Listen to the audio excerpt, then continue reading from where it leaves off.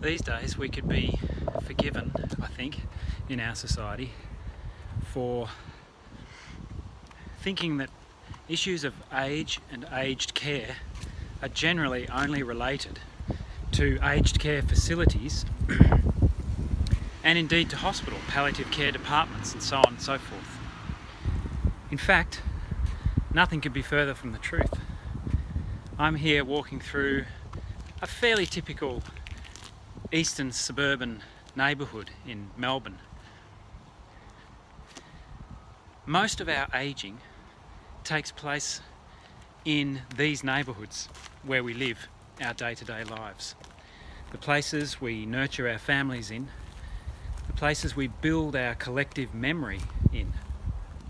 It's in these places, our homes, our neighbourhoods, that we build relationships, that we, even if we don't consciously think about it in this way, construct meaning for ourselves through relationships. It's in these places that we build what Andrew Lester calls our future stories, that we project forward our hopes, our dreams, that we imagine how we might fulfill our beliefs and our values through our work and through our families. It's in these humble places that we eat together, sleep together, that we envision what it means to share together in the tasks of governing our nation and our society, that we build our cultural life together. It's in these places that our memories collect and form for us a deep and abiding sense of who we are, our identity as people. So as I walk through these neighbourhoods, I'm really drawn to the idea that it's here that we age. It's here that change takes place.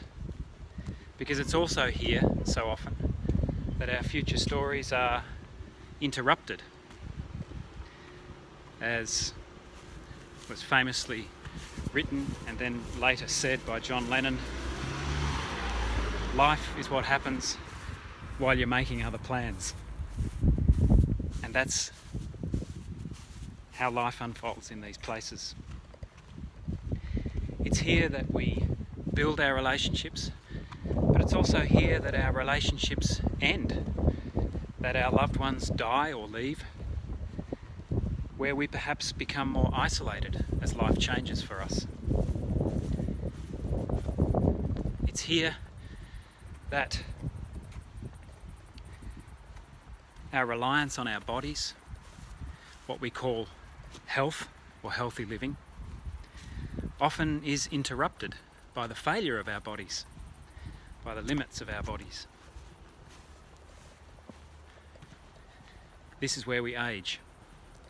So while some of our ageing takes place in aged care facilities, and some of it takes place in hospitals when we become ill and need extra attention and care, in fact, it's these simple neighbourhoods where we live day to day, the places we leave to go to work in the morning and come home to in the evenings, that reflect the great majority of experiences that come together in what we think of as the story of ageing.